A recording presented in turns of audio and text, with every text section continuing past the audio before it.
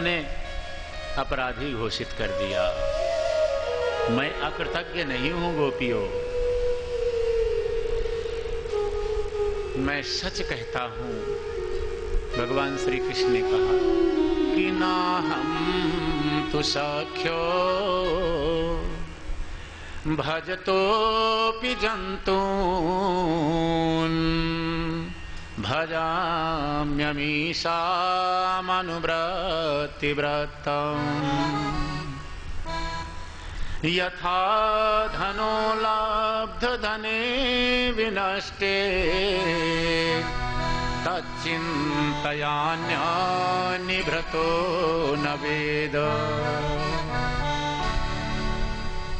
हे गोपियों,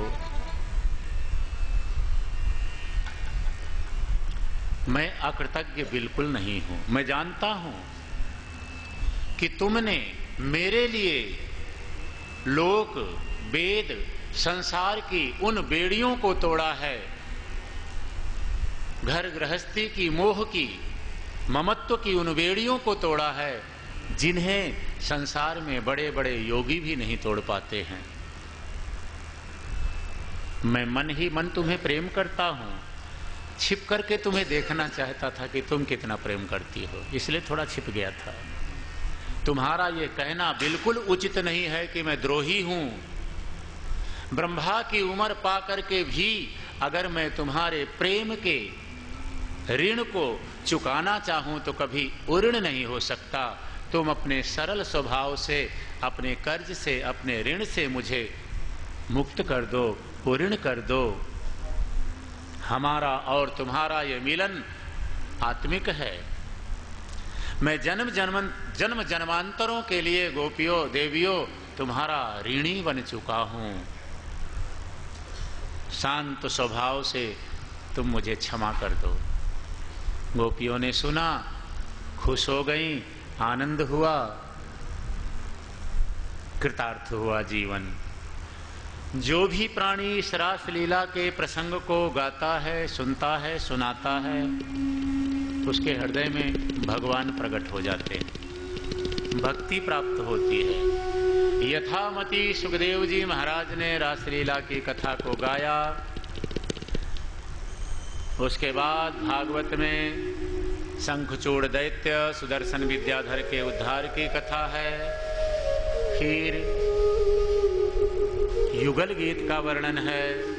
युगल गीत का भाव ये है कि जब जब गोपियों को समय मिलता, एक है, दूसरी मिली, दूसरे से दो हुई, युगल।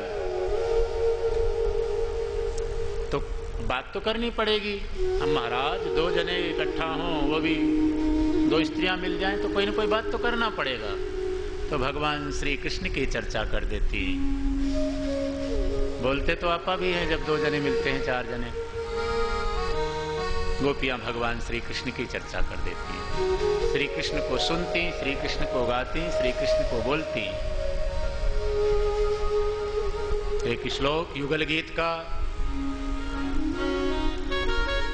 वाम वाहु कृत वाम कपोलो, वाम वाहु कृत वाम कपोलो,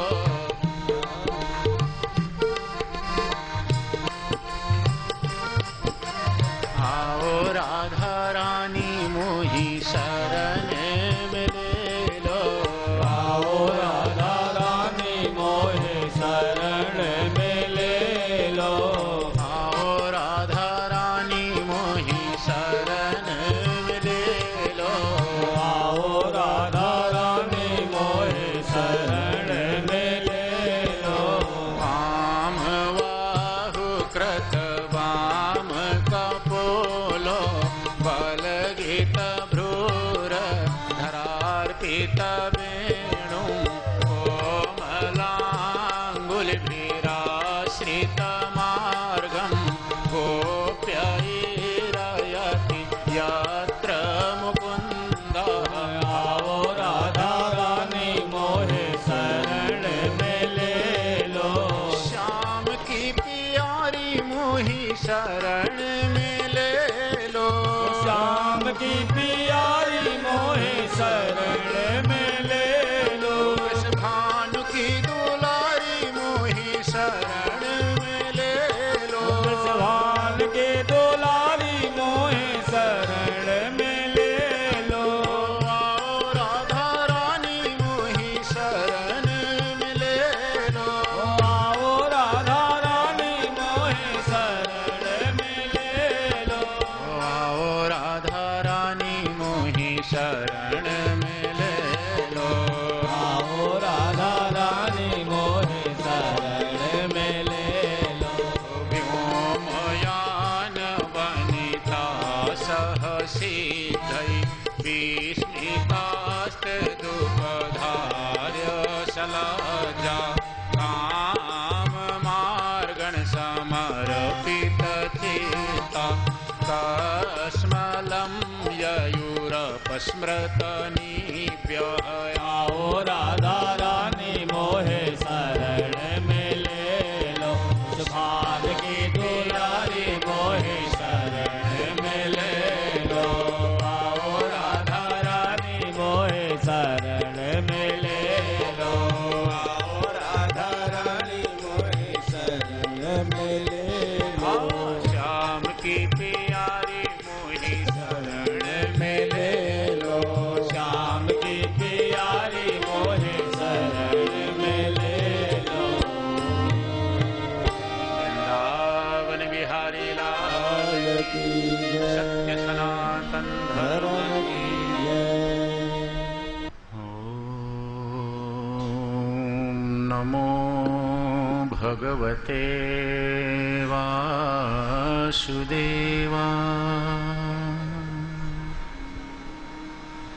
कृष्णाय वासुदेवाय हरये परमात्मने प्रणतक्लेशनाशाय गोविन्दाय नमो नमः। वासनाद् वासुदेवस्य वासितं भुवनत्रयम् सर्वभूतनिवासोऽसि वासुदेव नमोस्तुते। सुखदेव जी महाराज राजा परीक्षित को भागवत सुना रहे हैं। राजन, एक दिन की बात, यशोदाया सुतां कन्यां देवक्या कृष्णमेव च रामं च रोहिणी पुत्रं वसुदेवेन विध्यता। एक दिन नारद जी राजा कंस के दरबार में पहुंचे। कंस ने कहा, आओ महाराज, स्वागत करूं। नारद जी ने कहा, स्वागत सत्कार की बातें तू छोड़, ये बता, कोई राजनीति वगैरह जानता है? कोई गुप्तचर वगैरह हैं तेरे पास? पर महाराज, बात क्या है? तेरे शत्रुओं के घर में क्या कुछ हो रहा है, कुछ खबर रखता है? और देखो कंस, जिस राजा को नीति का ज्ञान नहीं होता वो ज्यादा दिन तक नहीं चलता। राजनीति और धन बिन धर्मा, राजनीति, राज्य नीति के बगैर नहीं रहता। और धन बिन धर्मा, अप्रभु ही समारे पे बिन सत्कर्मा। यदि धन है आपके पास तो उससे महाराज धर्म करो, धर्म के अनुष्ठान करो, धर्म के आयोजन करो, धन बढ़ता रहेगा। ऐसा नहीं करेंगे तो अपने आप नष्ट हो जाएगा, पता ही नहीं चलेगा। और कोई बढ़िया काम हो जाए, सत्कर्म हो जाए, भगवान को सौंप दो, मालिक तेरी कृपा से हुआ है, मेरा कुछ नहीं है। आपने मुझे निमित्त बना दिया, किया तो सब कुछ आपने है, किसी और को भी निमित्त बना सकते थे, पर आपकी बड़ी करुणा, बड़ी कृपा, आपने मुझे निमित्त बना लिया। निमित्त मात्रम भव सव्यसाचिन। महाभारत के युद्ध से पहले भगवान ने यही तो अर्जुन को कहा था, अरे तू निमित्त बन जा, तेरा यश करा दूंगा मैं, करना तो मुझे है सब कुछ। तो राजा कंस, जिस राजा को नीति का ज्ञान नहीं होता है, वो नष्ट हो जाता है बहुत जल्दी। पर महाराज बात क्या है, देख मुझे खबर मिली है कि वृंदावन में, गोकुल में जिसको लोग कन्हैया कन्हैया कह करके पुकारते हैं,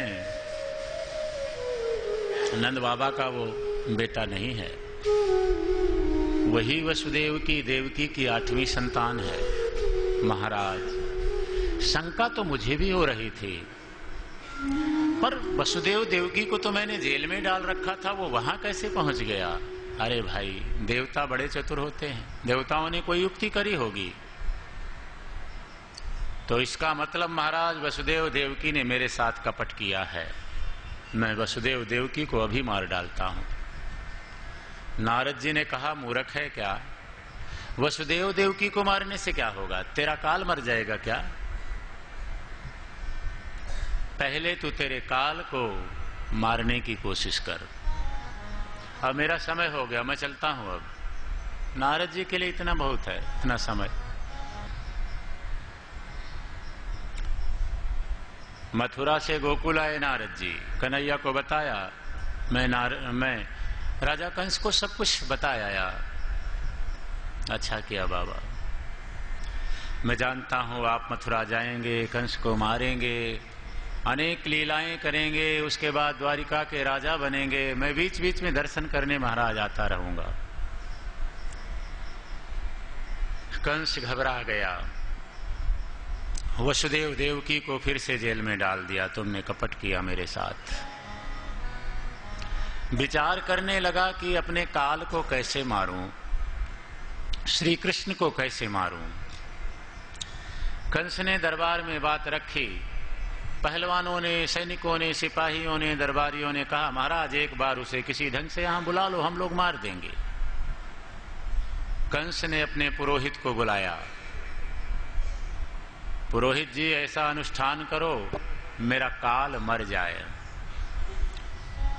पुरोहित जी ने कहा, महाराज 5 दिन का एक अनुष्ठान है, यदि अनुष्ठान निर्विघ्न सफल हुआ तो आपकी उम्र बढ़ सकती है।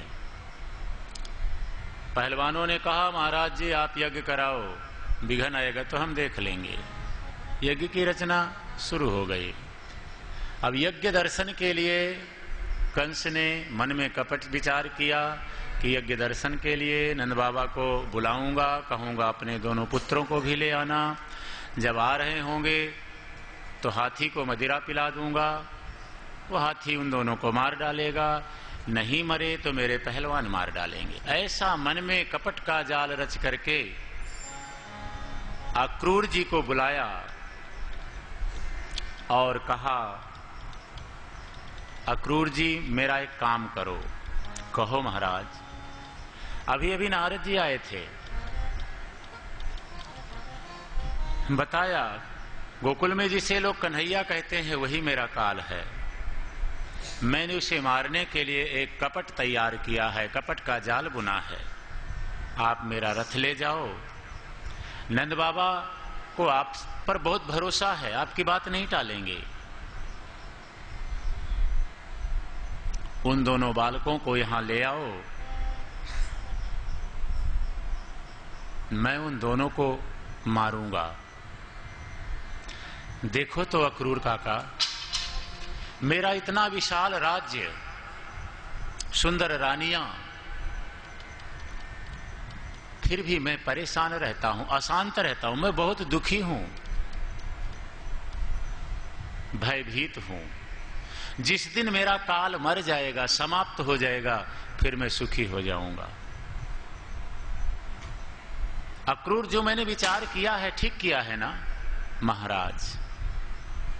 विचार करना मनुष्य के अपने हाथ में है, मनुष्य क्या क्या सोचता रहता है, पर भगवान की कृपा हो तो विचार पूरे होते हैं। अब देखो, श्री कृष्ण कंस के काल हैं, कंस भी जानता है, और कंस जीना चाहता है, हर कोई जीना चाहता है, मरना कोई नहीं चाहता। फिर भी विडंबना देखिए कि कंस अपने काल को निमंत्रण देकर के बुला रहा है, रथ भेजकर बुला रहा है। ऐसा ना करता तो चाहे कुछ दिन और जी लेता, मेरा रथ ले जाओ, ले आना दोनों। मानव मन की यही दशा है। महाराज, जब तक श्वास है चिंताएं छोड़ो, भगवान को पुकारो, मनाओ, भजन करो, भजन बढ़ाओ। जो होना होगा वो परमात्मा पर डाल दो, क्योंकि जो होना है कौन टाल सकता है। होनी तो हो कर रहे, अनहोनी ना हो। भजन करो भगवान का, जो होनी हो ये सो हो रे मनुआ, होनी हो ये सो हो। अक्रूर जी ने मन में विचार किया, मुझे लगता है कि राजा कंस की उम्र पूरी हो चुकी है, बहुत थोड़ी रह गई है, इसीलिए तो उसके मन में ऐसा कपट आया है।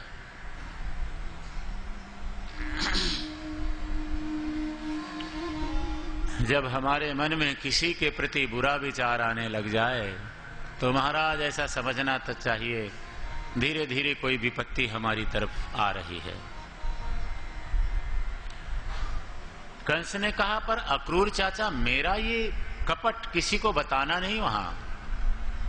नहीं महाराज, मैं विश्वासघात को बहुत बड़ा पाप समझता हूं। मैं तो एक दूत का कार्य कर रहा हूं, दूत का कार्य है संदेशा देना। कंस संतुष्ट होकर महलों में गया। इधर अक्रूर जी महाराज विचार करने लगे, रात पूरी होगी, जाऊंगा कल, कन्हैया का दर्शन होगा। और प्रातःकाल नित्य स्नान करके मथुरा से गोकुल के लिए अक्रूर जी रथ लेकर के चल पड़े। रथ में बैठे हैं, चिंतन कर रहे हैं। विचार करते करते अचानक भगवान की प्रेममयी भक्ति हृदय में प्रकट हो गई। याद नहीं आ रहा मुझे, पता नहीं कौन से जन्म में क्या मैंने पुण्य किया है जो आज मुझे परमात्मा का दर्शन होगा। मैं जानता हूं भगवान का दर्शन समस्त धर्म कर्म का मूल है, समस्त धर्म कर्मों का फल है। उनकी कृपा तो देखो, मेरे जैसे विषयी को, मेरे जैसे अधम को कंस के माध्यम से अपने चरणों में बुला रहे हैं। कंस तो बहाना है, भगवान की कृपा है जो मुझे अपने पास बुला रहे हैं। मेरे जैसे अधम को उनका दर्शन होगा। और देखो, भगवान वही है जो सबको मिले। अगर छांट छांट करके भगवान मिलने लग जाता तो फिर भगवान नहीं होते, फिर तो बड़े लोग, समर्थ लोग अपने बस में कर लेते, उनको टिकट लगा देते दर्शनों के लिए। भाई, इस कमरे में हमने बंद कर रखा है, तो थोड़ा सा खिड़की से झांक लो, ये टिकट ये है। भगवान वही है जो सबको मिले, अधमों के मिले। और देखो, भगवत प्राप्ति के उद्देश्य को कि भगवान मुझे नहीं मिल सकते, ऐसा कभी नहीं सोचना चाहिए। भगवान सबके हैं, सबको मिल सकते हैं, सबको मिले हुए हैं। जरूरत है भरोसे की, प्रार्थना की, पुकार की। अक्रूर जी के मन में आज भगवान के दर्शनों की लालसा तीव्र हुई। आज मुझे जरूर दर्शन होगा। मुझ में समर्थ तो नहीं है, मैंने कभी भजन तो नहीं किया, कोई तपस्या भी नहीं की, किसी सत्पात्र को दान भी नहीं दिया, सत्कर्म नहीं किया तो क्या हुआ? मैंने सुना है कि नदी के प्रवाह में पड़ा हुआ एक तिनका, तिनके की कोई समर्थ नहीं है, लेकिन काल के प्रवाह के कारण, नदी के प्रवाह के कारण उस तिनके को नदी कभी न कभी समुद्र में पहुंचा ही देती है। तो भले ही मेरी कोई समर्थ ना रही हो, परमात्मा की कृपा, उनकी करुणा मुझे उन तक अवश्य पहुंचाएगी। आज मैं उन चरण कमलों का ध्यान दर्शन करूंगा, जिन चरण कमलों का मकरंद भक्त लोग सदा पान किया करते हैं। जे पद कमल, जे पद निरख सदा त्रिपुरारी, भय मुद मंगल जगहितकारी। जिन चरण कमलों का ध्यान करते करते भगवान भोलेनाथ संसार का भला करते रहते हैं, उन चरणों का दर्शन आज मुझे भी होगा। जे पद ध्यान धरत मुनि नारद,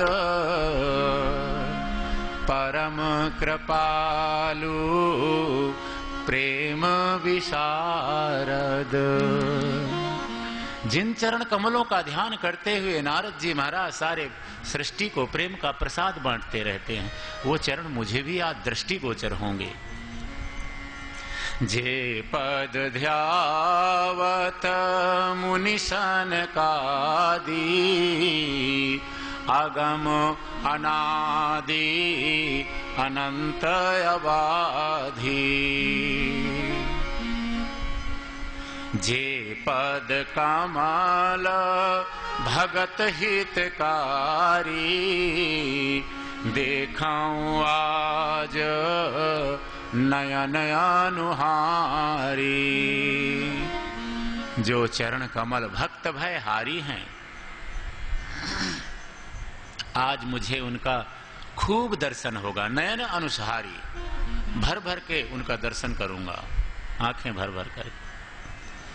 सोई पद आज बिलोकाऊं जाई, संत पुराण निगम श्रुति गाई।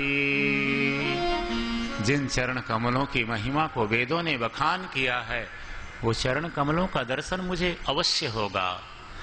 द्रक्ष्यामि नूनं शुकपोलनासिकां, स्मितावलोका अरुणकञ्जलोचनम्। मुखं मुकुन्दस्य गुणालकावृतम्, प्रदक्षिणं मे प्रचरन्ति वै मृगा।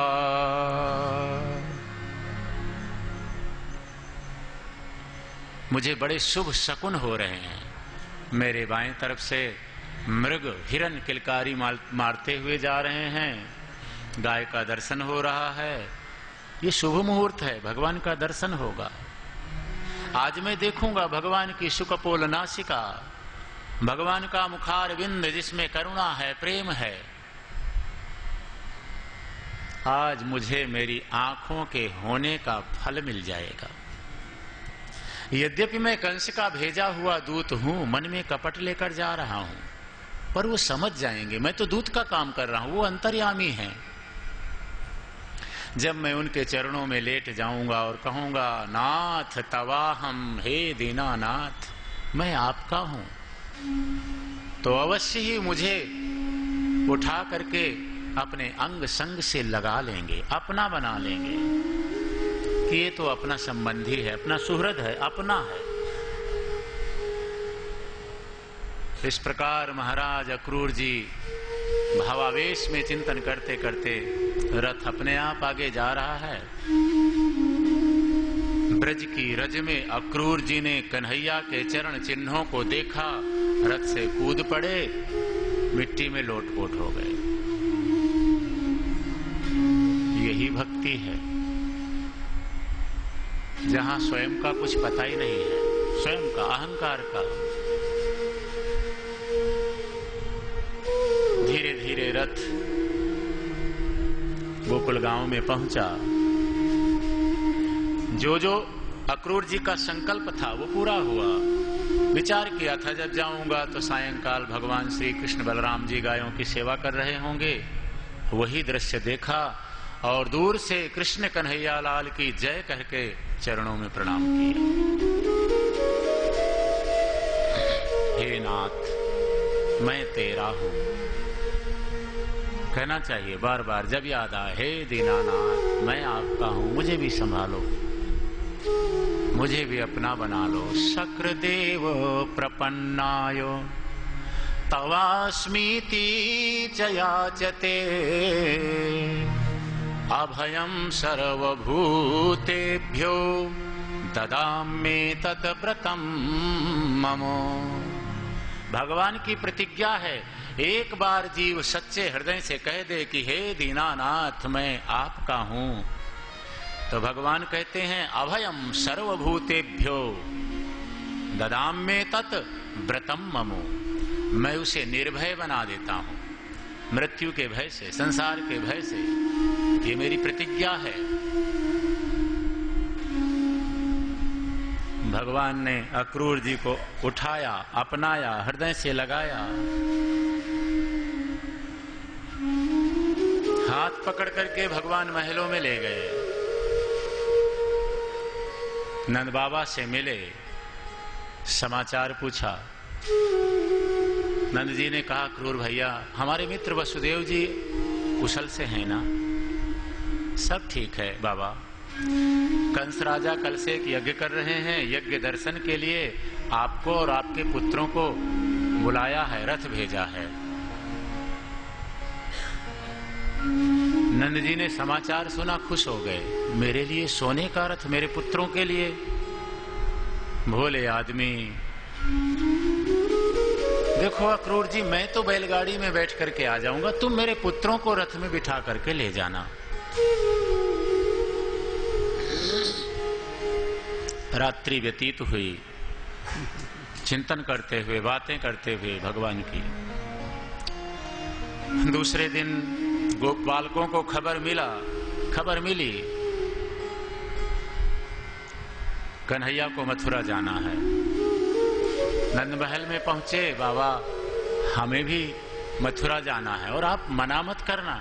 बाबा हम रथ में बैठ के नहीं जाएंगे, बैलगाड़ी में बैठ के नहीं, हम तो बैलगाड़ी के पीछे पीछे दौड़ते हुए चले जाएंगे, पर बाबा मना मत करना।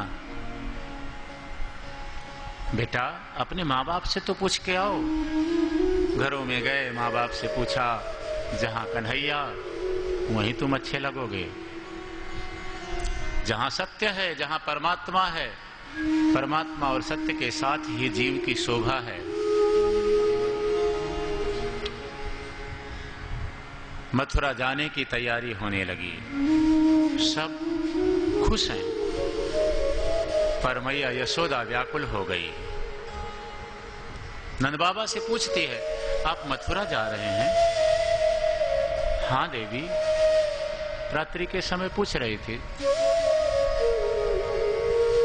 देखती नहीं राजा कंस ने सोने का रथ भेजा है।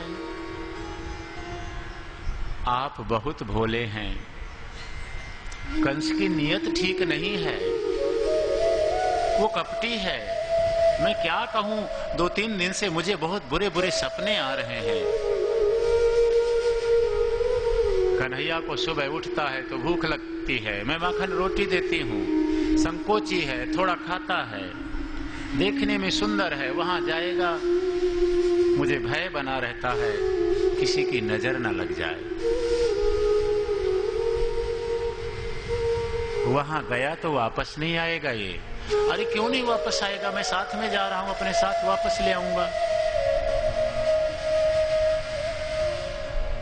मैं इसे कहीं नहीं जाने दूंगी। अरे तू बावरी है क्या? इसका 11वां साल शुरू हो चुका है, कुछ बाहरी ज्ञान होना चाहिए। और कब तक घर में बिठा करके रखेगी? मैं इसे अपने गोकुल गांव का राजा बनाना चाहता हूँ। कंस बड़ा राजा है, उसके साथ उठेगा बैठेगा, समझ आएगी। और यदि इसे ना भेजूं तो कंस को बुरा लगेगा। पर ये यहाँ से जाने के बाद वापस नहीं आएगा। मैं ले आऊंगा ना, साथ जा रहा हूं। घर के लोग सब सो गए, नंद जी भी भूल गए बात, नींद आ गई। पर मैया परेशान है। आज मेरे पास है, कल पता नहीं कहाँ होगा, कब आएगा वापस। नींद नहीं आई, बिछौना छोड़ दिया, आंगन में आकर के बैठ गई। आधी रात का समय, कन्हैया की नींद खुली। बिछौने पर मां को नहीं देखा, उठे, देखा आंगन में बैठी रो रही है। पास में पहुंचे, मैया तू क्यों रोती है? बेटा तू कल जाने वाला है ना, इसे तुझे याद करके मुझे रोना आ जाता है। मैया मैं मथुरा नहीं जाना चाहता, पर अगर नहीं जाऊंगा तो कंस मामा को बुरा लगेगा। मैया मैं आऊंगा, जरूर आऊंगा। जब कन्हैया ने कहा जरूर आऊंगा, मैया पूछना भूल गई बेटा कब आएगा। और कन्हैया ने भी यही कहा आऊंगा। मैया थोड़ा खुश हो गई। मेरा बेटा जो कहता है जरूर करता है। यशोदा जी ने विचार किया, अकेले नहीं सोएगा, लेट गई छाती से लगाकर, पर आंखों में नींद कहां। प्रातःकाल हुआ, मैया ने श्री कृष्ण बलराम को जगाया, स्नान कराया, श्रृंगार किया। श्रृंगार करते करते मैया रो पड़ी। मैया यशोदा के द्वारा भगवान श्री कृष्ण का ये अंतिम श्रृंगार है।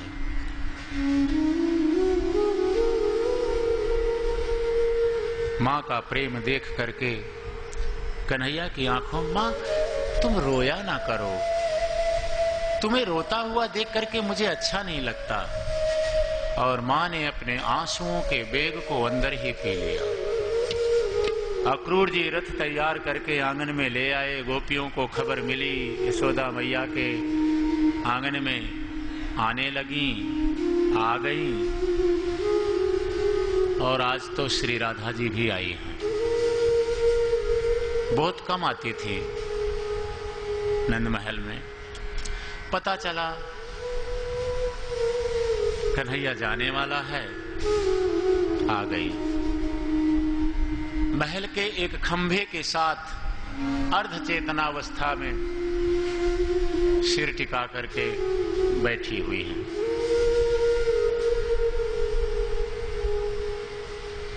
कुछ गोपियां उनको घेर करके खड़ी हैं, सेवा में लगी हैं।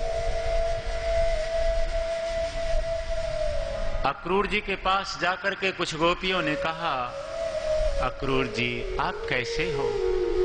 बड़े कठोर हो आप, हमारा गोकुल गांव उजाड़ने आए हो। हम सच कहती हैं, जब कन्हैया का दर्शन नहीं होता तो गाय पानी नहीं पीती, चारा नहीं खाती। आपको इन गायों की हाय जरूर लगेगी।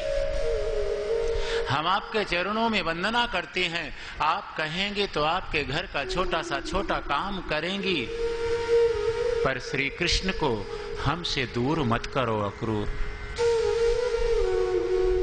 इनके बिना हमारा जीवन व्यर्थ है। एक गोपी ने मन ही मन में कहा, इनका नाम अक्रूर किसने रख दिया? अक्रूर मतलब जो नरम है। अरे ये तो बड़ा क्रूर है, बड़ा कठोर है। दूसरी गोपी ने कहा, सखी असल में विधाता की सृष्टि का ही कोई ऐसा नियम है, ब्रह्मा ने ही ऐसा कोई नियम बनाया है, कोई रचना करी है कि दो प्रेमियों को ब्रह्मा ज्यादा दिनों तक एक जगह नहीं रहने देता। जिन श्री कृष्ण के एक अंग में हमने सृष्टि का संपूर्ण सौंदर्य देख लिया था, उन्हीं श्री कृष्ण को ये हमसे दूर कर रहे हैं। गोपियां कहती हम तो पागल हैं, अनपढ़ हैं, गंवार हैं, सारा दिन और तो कुछ आता नहीं, हे कृष्ण, हे कांत, हे सखे, ऐसा कह करके उनको पुकारती रहती हैं।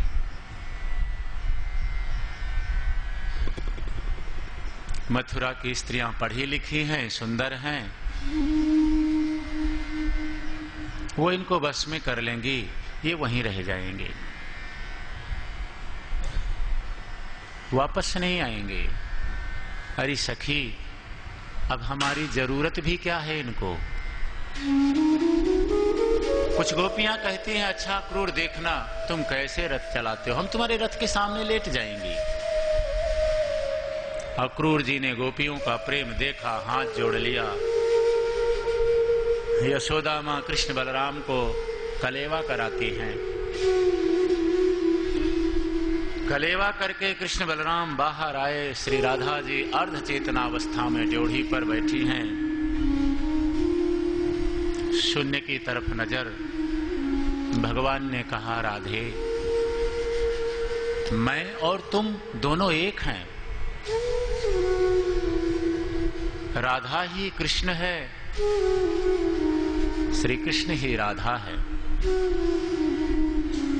लीला करने के लिए हमने दो रूप बनाया है। राधे, आज तक मैं तुम्हें खुश करने के लिए नाचता था, गाता था, बंसी बजाया करता था, पर मेरे देश में पाप बहुत बढ़ गया है, मुझे जाना पड़ेगा। मैं जा तो रहा हूं, पर अपना प्राण तो तुम्हारे पास ही रखकर जा रहा हूं। हे राधे, तुम्हें क्या दूं मैं?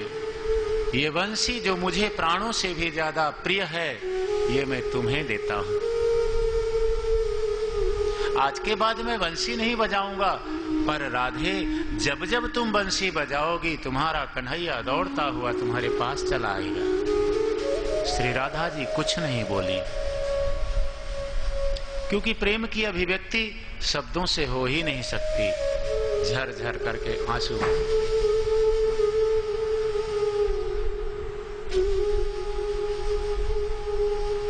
कन्हैया ने गोपियों से कहा, रोना नहीं, नहीं मेरे जाने में अब शकुन होगा आंसुओं को। अक्रूर जी ने हाथ जोड़ लिया, आप सबकी आज्ञा चाहता हूं मैं रथ चलाने के लिए। रथ चला धीरे धीरे। गोपियां भगवान को मनाते हुए कहने लगी, प्यारे, एक क्षण अगर रुक जाते। हमारा रोज का नियम था कि जब तुम पहली बार मिलते थे तो हम तुम्हारी आरती उतारती थी। आरती बनी हुई रखी है, एक क्षण रुकते तो मैं दौड़ करके भाग करके आरती ले लेती, आरती उतार लेती। पता नहीं दोबारा कब आरती उतारूंगी। अन्य गोपी ने कहा, मेरा नियम था, मैं रोज तुम्हें माखन मिश्री का भोग लगाया करती थी जब मिलते थे। तैयार है, रुको, लेकर के आती हूं। महाराज, गोपी प्रेम का वर्णन कौन कर सकता है? प्रेम का प्राकट्य, प्रेम की अभिव्यक्ति केवल आंसुओं से और किसी चीज से नहीं। रथ में विराजमान श्री कृष्ण के दर्शन करके गोपियां व्याकुल हुईं। कन्हैया जा रहा है, कब मिलेगा, कब इसका दर्शन होगा? विरहावेश में पुकारने लगी, एवं ब्रुवाना विरहातुराभृशं ब्रज स्त्रियः कृष्ण विषाक्तमानसा विसृज्य लज्जां रुरुदु स्वसुस्वरं गोविन्द दामोदर माधवेति। हे गोविंद, हे दामोदर, हे माधव, एक क्षण के लिए रुक जाओ, हमारा त्याग मत करो। भगवान ने अक्रूर को संकेत किया रथ चलाने के लिए। रथ चल पड़ा। गोपियां व्याकुल हुई, अरे अक्रूर, गोविंद का दर्शन तो कर लेने दे। आज तक हमने संपूर्ण रूप से पूरी तरह इनका दर्शन किया ही नहीं, क्योंकि नजर जहां जाती थी वहीं ठहर जाती थी, दूसरे अंग पर नजर जा ही नहीं पाती थी।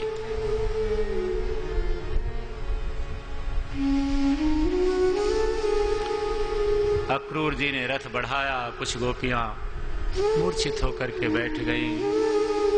यशोदा जी अभी तक धीरज रख के खड़ी थी।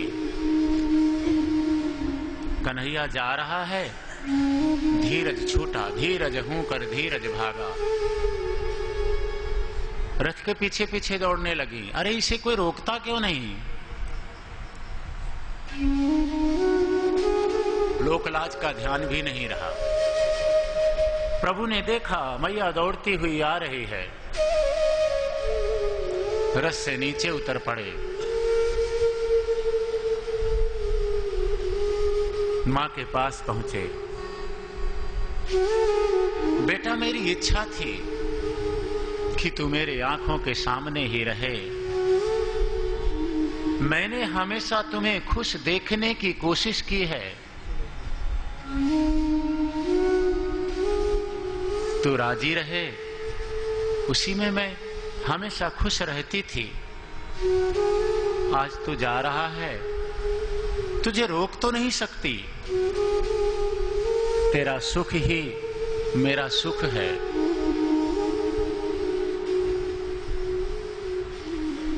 बेटा, तू ऐसा है, तुझे याद कर करके मैं रो लिया करूंगी। महाराज, रोने में भी सुख है परमात्मा के लिए। ऐसा कौन सा जीव है जो संसार के लिए न रोया हो? भगवान के चरणों में दो आंसू चढ़ा करके देखो, संसार का रोना बंद हो जाएगा। जो परमात्मा के चरणों में आंसू चढ़ाता है, उसके दुखों का अंत आता है। सारी उम्र कोई धन के लिए, कोई कीर्ति के लिए, कोई यश के लिए रोता ही तो रहता है। यशोदा जी कहती हैं, बेटा, मैं तुझे याद कर करके खूब रोया करूंगी। बलराम जी के हाथ में कन्हैया का हाथ देते हुए, बेटा तू समझदार है, सयाना है, तू संभालना इसको। मैया ने कन्हैया से कहा, बेटा आज तक मैंने तुमसे कभी कुछ नहीं कहा, कुछ कहने की इच्छा भी नहीं है, पर आज तू जा रहा है इसलिए एक बात कहती हूं। तू मुझे माँ माँ कहकर बुलाया करता था, मुझे अच्छा लगता है, पर लोग कहते हैं कि तेरी माँ देवकी है। बेटा, मैं तेरी माँ ना सही, तेरी दासी ही सही, मैं तो इतना जानती हूं कि मैंने तुझे प्रेम किया है, तुझे दूध पिलाया है, तुझे पाला पोसा है। इसके अलावा तू हमेशा सदा सुखी रहे, इसके अलावा मैंने कभी कुछ चाहा नहीं है। बेटा, मुझे याद आ रहा है, एक दिन मैंने तुझे ओखली से बांधा था। आज मुझे लग रहा है बेटा वो मेरी भूल थी, और उस भूल के लिए तेरी ये बूढ़ी माँ तुझसे क्षमा मांगती है। उस बात को मन में मत रख के जाना कि मेरी मैया ने तो मारा था, डांटा था, छड़ी लेकर के पकड़ा था, ओखली से बांधा था। मैं उस बात के लिए क्षमा मांगती हूँ। अपनी दासी समझ लेना, अपनी धाय समझ लेना, माँ ना सही। जब तेरी इच्छा हो आ जाना। यशोदा मैया रोई, घर के गाय, गोपियां, सबका प्रेम देख करके अक्रूर जी भी महाराज भाव विह्वल हो गए। भगवान ने कहा मैया आज जो तुमने कहा कभी मत कहना। लोग भले ही कुछ कहें पर मां मैं सत्य कहता हूं, मैं तेरा हूं मां, तू मेरी मां है, मुझे आशीर्वाद दो मां, मैं अपने कार्य सिद्धि के लक्ष्य को प्राप्त कर सकूं, आगे बढ़ सकूं, आशीर्वाद चाहता हूं। मैया ने हृदय से लगाया कन्हैया को। फिर से श्री कृष्ण बलराम रथ में बैठ गए। ग्रंथकार ने लिखा है कि जब तक रथ की पताका दिखती रही लोग देखते रहे, रथ का दिखना बंद हो गया, वापस आए। सुखदेव जी कहते हैं राजा परीक्षित कन्हैया निष्ठुर नहीं है, बहुत दयालु है, अतिशय प्रेम करता है। भगवान ने विचार किया ये ब्रजवासी मुझे बहुत प्रेम करते हैं और प्रेम वियोग में पुष्ट होता है, इसलिए भगवान ने अपना वियोग दे दिया ब्रजवासियों को और प्रेम बढ़े। कुछ संत ऐसा भी कहते हैं कि श्री कृष्ण का रथ जब आगे बढ़ा तो रथ के पीछे पीछे गोपियां दौड़ने लगीं। भगवान श्री कृष्ण से उतरे, भगवान श्री कृष्ण रथ से उतरे, प्रत्येक गोपी को यह अनुभव हुआ कि रथ से उतरे हैं और कहा कि अरे गोपी मैं मथुरा नहीं जाना चाहता, चल तू मुझे अपने घर में ले चल और मुझे ऐसी जगह छुपाना जहां किसी की नजर ही न पड़े, किसी को पता ही न चले कि मैं कहां हूं, तेरे पास ही रहूंगा मैं।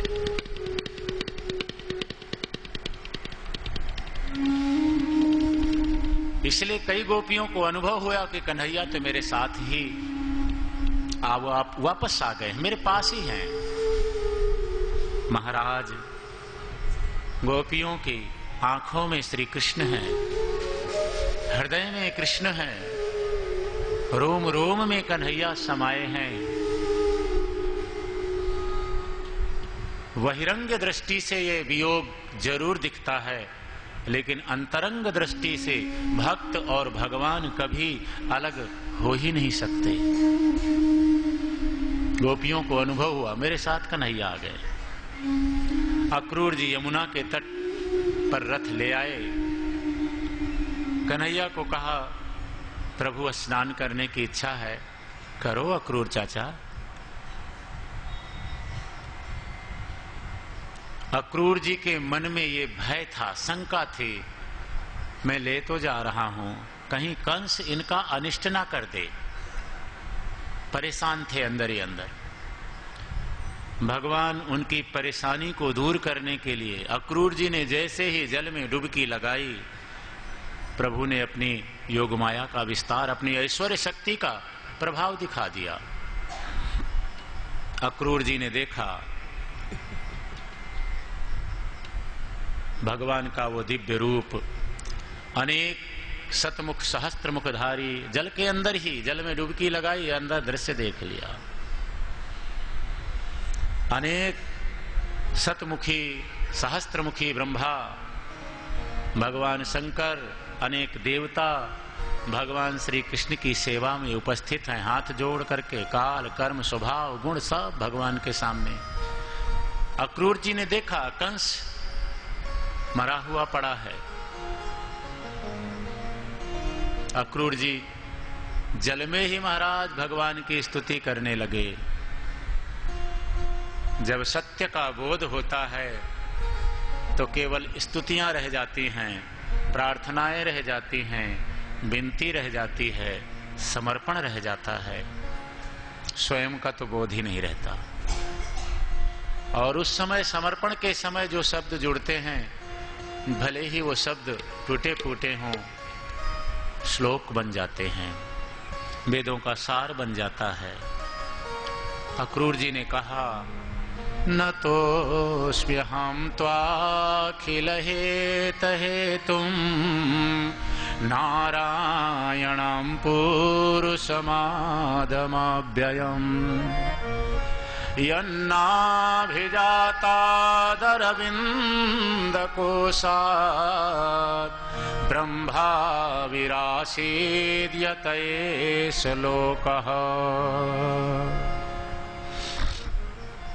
हे प्रभु, आप प्रकृति आदि समस्त कारणों के भी कारण हैं।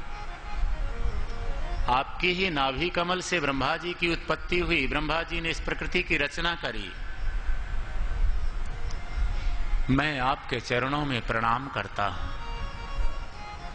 हे नाथ, आज मुझे पता चला आपकी कृपा से कि दुनिया में अनेक नामों का, ध्यान देना, अनेक रूपों का, अनेक प्रकार के पंथ का आश्रय लेकर के शैव, वैष्णव और शाक्त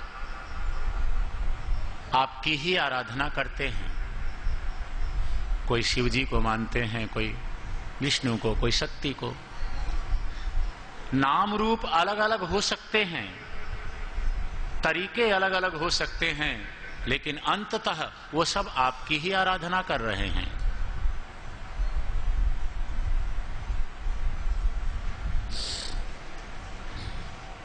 जिस प्रकार से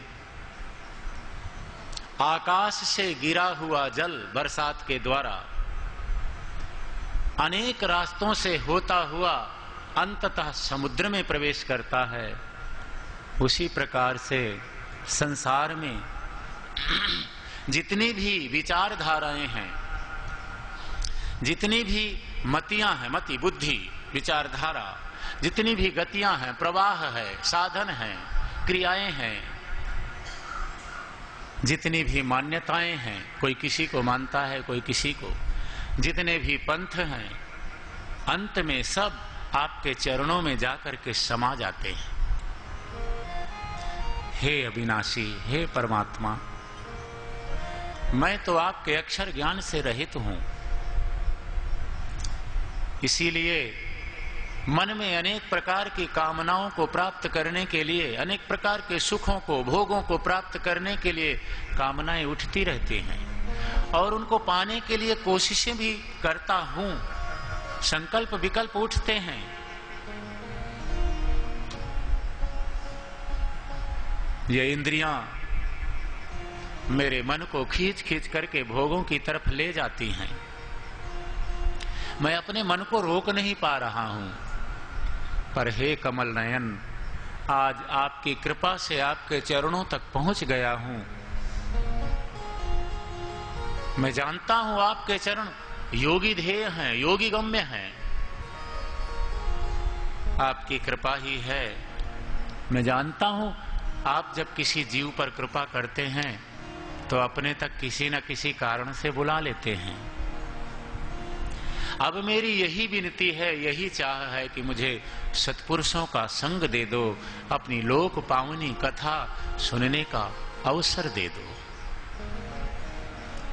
हे वासुदेव, नमस्ते वासुदेवाय सर्वभूतक्षयाय च हृषिकेश नमस्तुभ्यं प्रपन्नं पाहि मां प्रभु। मैं आपकी शरण में हूं। अक्रूर जी स्तुति कर रहे थे, प्रभु ने जल में उस दिव्य रूप का दर्शन कराया, रूप को समेट लिया। अक्रूर जी जल से बाहर आए, बड़े आश्चर्यचकित हैं। कन्हैया ने पूछा, अक्रूर चाचा आप थोड़ा आश्चर्यचकित हैं, परेशान से लग रहे हैं, जल में कोई आश्चर्यजनक वस्तु देख ली क्या? अक्रूर जी ने हाथ जोड़ लिया कन्हैया को, प्रभु आपका दर्शन होने के बाद दुनिया में कोई भी चीज आश्चर्यजनक नहीं रह जाती, क्योंकि दुनिया के जितने आश्चर्यजनक वंडरफुल पदार्थ हैं वो सब आपसे ही प्रकट हैं, आप में ही समा जाते हैं। आप आ जाते हैं ना घूमने फिरने, कोई चीज देखते थोड़ा,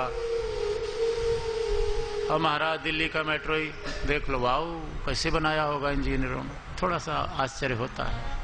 पर महाराज उन बनाने वालों को धियो यो न प्रचोदयात्, प्रेरणा तो उस आश्चर्यजनक से मिली है। कुछ भी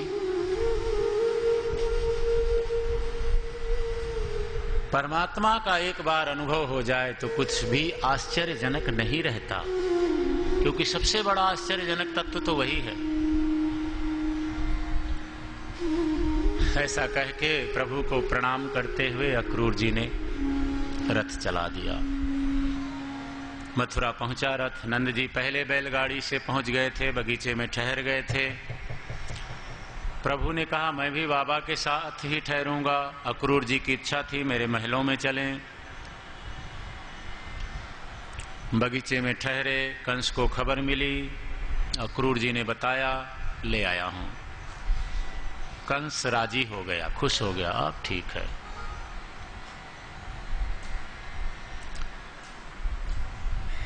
श्री कृष्ण बलराम नंद बाबा ग्वाल मित्रों से मिले। ये पहला प्रसंग रात्रि के समय जब भोजन करने के लिए बैठे, मैया यशोदा नहीं है। नंद बाबा ने कहा बेटा कुछ खा लो, बाबा भूख नहीं है। सब ऐसे ही सो गए। प्रातः काल हुआ, नित्य कर्म किया। ग्वाल मित्रों ने कहा कन्हैया मथुरा देखना चाहते हैं। नंद बाबा से आज्ञा मांगी और मथुरा नगर को देखने के लिए ग्वाल मित्रों के साथ श्री कृष्ण बलराम चल पड़े।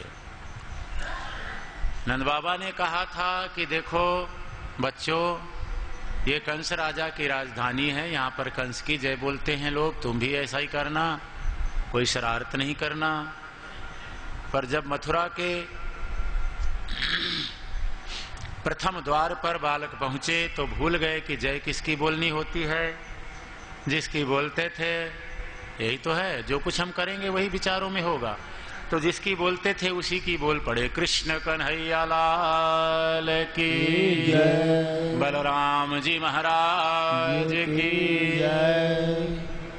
जय जयकार के स्वर को नगरवासियों ने सुना।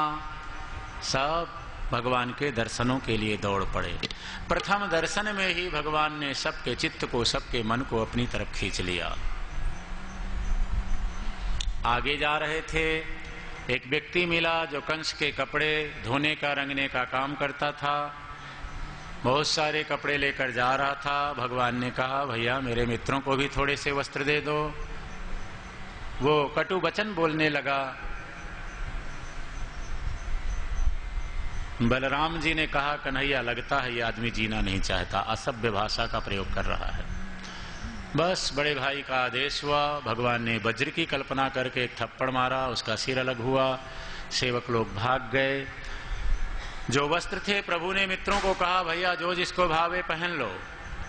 अब बेचारे वो राजसी पोशाकें पहनने तो लगे लेकिन उनको बांधना ना आवे। आगे चले, एक दर्जी मिला। दर्जी ने उन वस्त्रों को ठीक करके पहना दिया। भगवान ने उसको भक्ति का वरदान दिया।